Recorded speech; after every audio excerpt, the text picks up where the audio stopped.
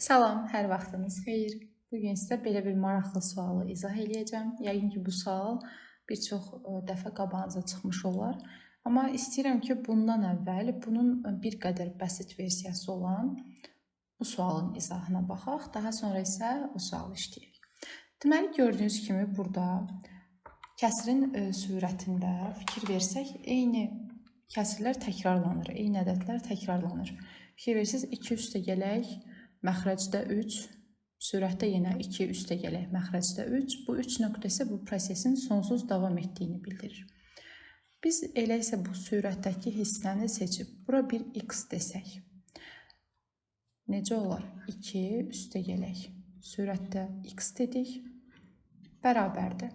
Onda bu bərabərlik özü də fikir versə sürətdəkinə bərabərdir. Yəni 2 üstəgələk 3-də böyük kəsirin, yəni böyük ifadənin özü də buna bərabərdir.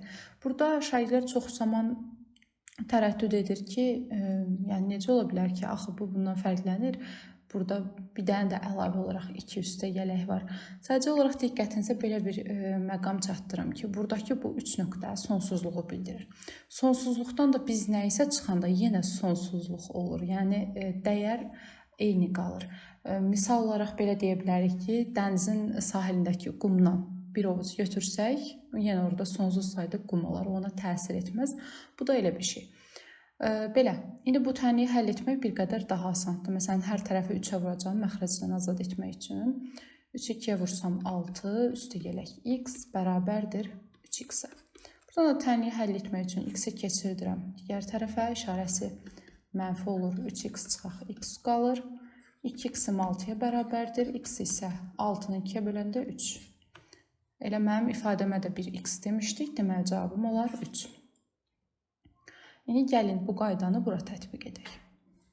Bunun özü də həmçinin bura bir x var, t deyək məsələn, fərqli olsun.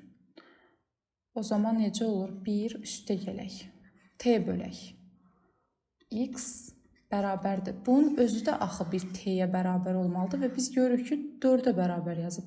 Buradan belə nəticə çıxartmalıyıq ki, t deməli 4-üymüş. Yəni, gətirək indi t-lərin yerinə 4 yazaq. Bərabərdir 4-ə. Buradan da necə əldə edək? X-dən bir tərəfdə saxlayaq, 1-i keçirdək digər tərəfə, 4 çıxaq 1 qalır. 4 bölü x bərabərdir 3-ə. Çarpaz vursaq 3x 4-ə bərabərdir. X isə 4 bölü 3-ə.